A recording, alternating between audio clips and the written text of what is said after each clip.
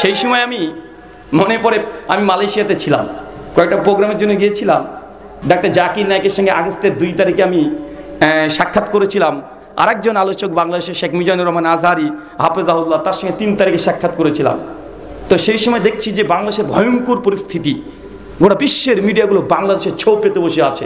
কখন কি হয়, কিছু একটা হবে, কিছু একটা হবে, মানুষ চিন্তিত কিছু একটা হবে, কিন্তু কি যে হবে কেউ বলতে পারে না।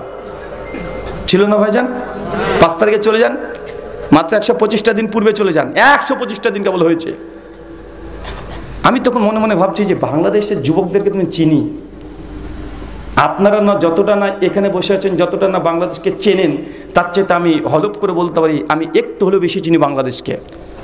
আপনি বাংলাদেশের কটা জেলা ঘুরেছেন? একটা জেলা হবে আমি বেশি ঘুরেছি। ঘুরেছি না বলেন? আপনি বাংলাদেশের কত মানুষের সঙ্গে সাক্ষাৎ করেছেন, কথা বলেছেন? আমি একজনই হলেও বেশি মানুষের সঙ্গে বাংলাদেশের সঙ্গে সাক্ষাৎ করেছি। তো তাদের নারী নক্ষত্র চেনা আছে। আরে যুবা, এরা কিছুই বুঝে না, রাজনীতি বুঝে না, অর্থনীতি বুঝে না। হঠাৎ করে পুরো ঢাকাকে, রংপুরকে একদম পরিষ্কার ভাই তারা দখল করেছে। ব্যাপার কি? কে তাদের পেছনে ইন্ধন জোগাচ্ছে? আমি চিন্তা করছি বারবার যে কিভাবে এত দ্রুত গতিতে মানুষ রাস্তায় নেমে পড়ে। সব ছাত্র, আরে এরা তো রাজনীতি বুঝে না, অর্থনীতি বুঝে না। আরে এদের দুটো লক্ষ্য, এক, গার্লফ্রেন্ডকে কিভাবে পটাতে হবে, আছে না নাই কথা বলেন? আর কিভাবে পাবজি খেলতে হবে। আরে যারা রাস্তাতে নোংরার উপরে দাঁড়িয়ে পাবজি খেলছে নেশায়, মানে কোথায় দাঁড়িয়ে আছে এতটুকু হুঁশ নাই, এরা গোটা ঢাকাকে দখল করে নিচ্ছে। 10 দফা নয়, 9 দফা নয়, 1 দফা পর্যন্ত চলে এসেছে। কি হলো হঠাৎ করে এদের মধ্যে? আরে কথা ছিল 6 তারিখে ঢাকা দখল হবে, রাতারাতি সিদ্ধান্ত পরিবর্তন। হঠাৎ করে রাত্রি বলছে 6 তারিখ না 5 তারিখ। 5 তারিখে সব বেরিয়ে পড়েছে, দেখেছেন না? তো আমি অনেকগুলো কারণ খোঁজার চেষ্টা করছি, কোন কারণটা কাজে দিয়েছে। তো অনেকগুলো কারণ আছে, তার মানে একটা ছোট্ট কারণ বলি। এটার কারণ মানুষকে একদম রাস্তাতে নামাতে বাধ্য করেছে। উনার একটা ভুল ছিল, সিদ্ধান্ত। কি জানেন? সেই সিদ্ধান্ত ভুল বলতে উনি 7 থেকে 10 দিন ইন্টারনেট বন্ধ রেখেছিল। বন্ধ রেখেছিল না? আর এই 10 দিন মানুষকে ইন্টারনেট বন্ধ করে পঙ্গু করে দিয়েছে। মানুষ মনে করছে আমরা জাহান্নামে আছি। আরে কি রে ভাই, সময় কাটে না। 10টা দিন মানুষ পঙ্গু হয়ে গেছে, মনে হচ্ছে 1400 বছর পেছনে চলে গেলাম। সাধারণ আমজনতা তার রাজনীতি বুঝে না। আরে ক্ষমতায় কে থাকবে তোদের ব্যাপার, কত কোটি টাকা সুইস ব্যাংকে জমা করবে তোদের ব্যাপার। আরে আমি যে 700 টাকা দিয়ে ইন্টারনেট মেরেছি, আমার নেট কেন বন্ধ হবে? এই রাগ সামলাতে পারেনি। আরে 10টা দিন যুবকগুলো গার্লফ্রেন্ডের সাথে কথা বলতে পারেনি। 10টা দিন ওই যে পাবজি খেলতে পারে নাই। 10টা দিন মানুষকে পঙ্গু করে ছেড়ে দিয়েছে। 16 বছরে কি করেছে ও ইতিহাস বলতে চায় না। কেন? আমি বিদেশি মেহমান, সব জায়গাতে কথা বলতে আমি পারবো না, আমার রেস্ট্রিকশন কিছু থাকে। কিন্তু আপনাকে বলছি এই 10 দিনের যে ক্ষোভ, এই 10 দিনে ভাসতে ভাসতে চলে গেছে। আর আমরা তো উদার, যত বাতিলগুলো আমরা সাদরে গ্রহণ করি। 25 বছর 20 বছর আগে আমরা তাসলিমা নাসরিনকে নিয়েছি না? হ্যাঁ, আমরা এরকমই। যতই গালি দেন, যত বাজে পচা জিনিসগুলো আপনারা বের করে দিবেন, ওগুলো আমরা সাদরে গ্রহণ করিনি। রাগ করে লাভ আছে? আমরা আনসার, যারা এখানে হিজরত করছে আমরা আনসার না, আমরা এক পলিটির আনসার।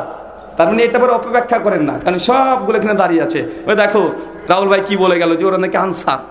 এখন কোরআনের আয়াত নিয়ে এসে ফজিলত বয়ান করে দেখাচ্ছে আমাকে একদম কাফের কোম্পানি মালিক বানিয়ে দিতে পারে। তো আপনাকে যেটা বলার উদ্দেশ্য, যে তরুণ যুবকদেরকে সবচেয়ে রাস্তায় নামাতে বাধ্য করেছে ইন্টারনেট বন্ধ করে দেওয়া। এত দ্রুত সম্ভব হতো না। 10টা দিন যদি বন্ধ করে না হতো, মানে নিম্ন লেভেলের ওদেরও, আরে আমাদের নেট কেন বন্ধ হবে? 1 দিন 2 দিন রাগ সবার উঠেছে, সবাই ছুটে চলে গেছে। হয় আজকে ইন্টারনেট নিয়ে বাড়িতে ফিরবো, না শহীদ হয়ে যাবো। ঘটনা দেখেন, ওহুদের প্রান্ত কাফেররা ত্যাগ করে পালিয়ে গেছে, চলে যাচ্ছে দুর্বার গতিতে। মুসলমানরা আনন্দিত উল্লাসিত, কালেমা পতাকা পথ করে ওড়াচ্ছে। বাকি সাহাবীরা তারা বলছে যে আমরা জিতে গেছি। তারা গনিমতের মাল সংগ্রহ করতে শুরু করে দিয়েছে। চতুর্দিক থেকে গনিমত চিৎকার মারছে, আর গনিমতের মাল সব সংগ্রহ করছে। খালিদ বিন ওয়ালিদ চলে যাচ্ছে, কাফেরদেরকে নিয়ে দৌড়ছে ছুটছে। খালিদ বিন ওয়ালিদ কম ইন্টেলিজেন্ট নয়, কম বড় যোদ্ধা নয়, তিনিও যুদ্ধের ব্যাপারে একদম অনেক বড় মাপের একজন বিদ্বান বলতে পারেন। খালিদ বিন ওয়ালিদ তিনিও চিন্তা করছেন কিভাবে আমরা হেরে গেলাম। তিনিও বুঝতে পারছেন যে পর্বতের উপরে যে 50 জন সাহাবী ছিল মুসলমানদের ও সৈনিকরা, তাদের তীরের কাছে আমাদের অধিকাংশই আমরা নিহত হয়ে গেছে, আমরা পারিনি। খালিদ বিন ওয়ালিদ ঘোড়া নিয়ে ছুটে চলে যাচ্ছেন। আর উপরে আছে কতজন সাহাবী বলেন তো চাচা? 50 জন। 50 জন সাহাবীদের মধ্যে ইখতিলাফ ঘটে গেল, বড় ধরনের ইখতিলাফ। 50 জনের মধ্যে অধিকাংশ বলছে চলো মুসলমান আমরা জিতে গেছি, চলো আমরা নিচে নামি, গনিমতের মাল সবাই নিয়ে নিচ্ছে, আমরা আমাদের ভাগটা নিয়ে আসি। এই বলে পর্বত থেকে নামতে শুরু করে দিয়েছে, গনিমত গনিমত করে চিৎকার মারছে।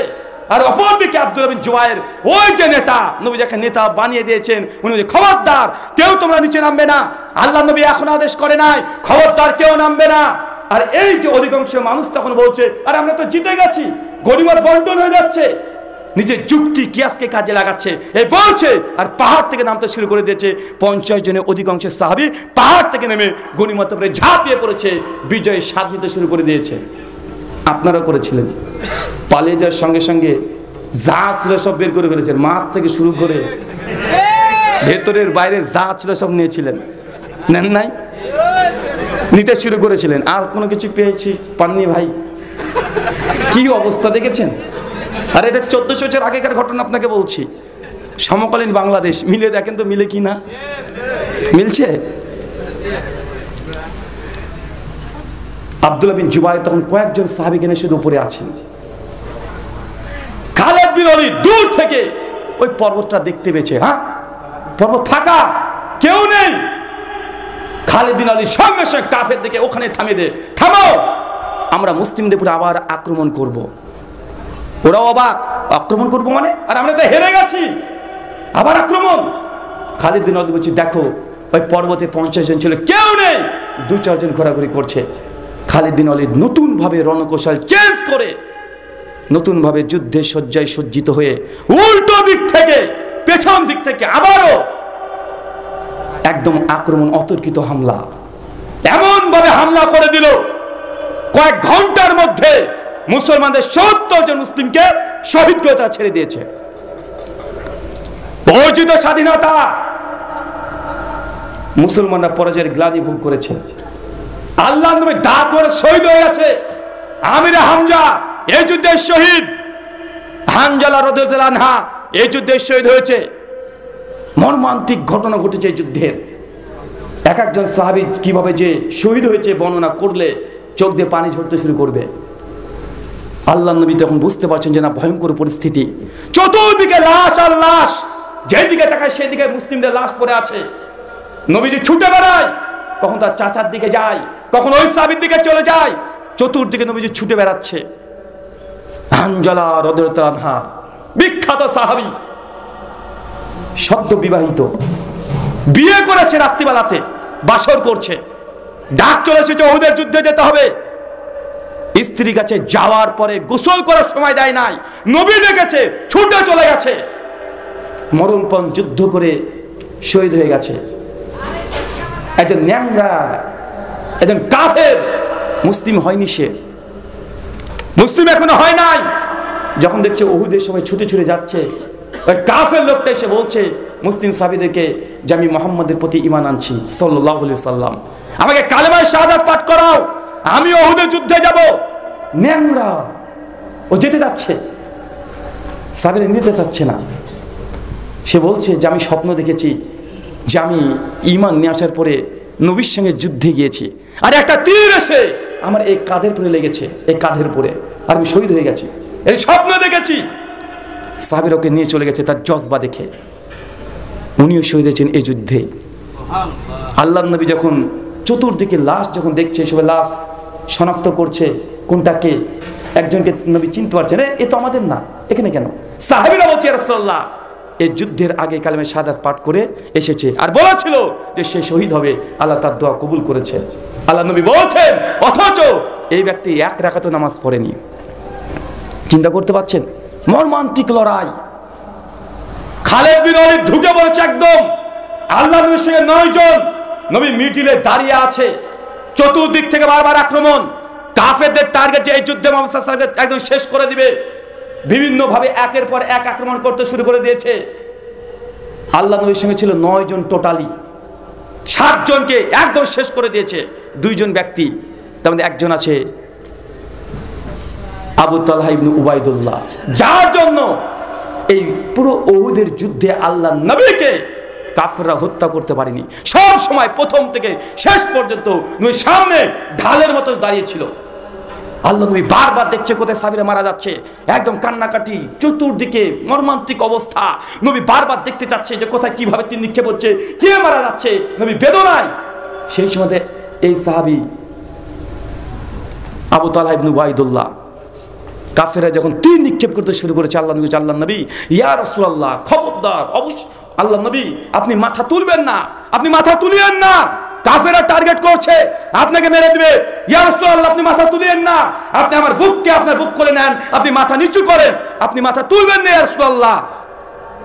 পরপর 50টা তীর নিক্ষেপ করেছে নবীর দিকে নিসবাত করে, 50টা 39টা তীর আবু তালহা ইবনে উবাইদুল্লাহর এই বুকে সিনাতে লেগেছে।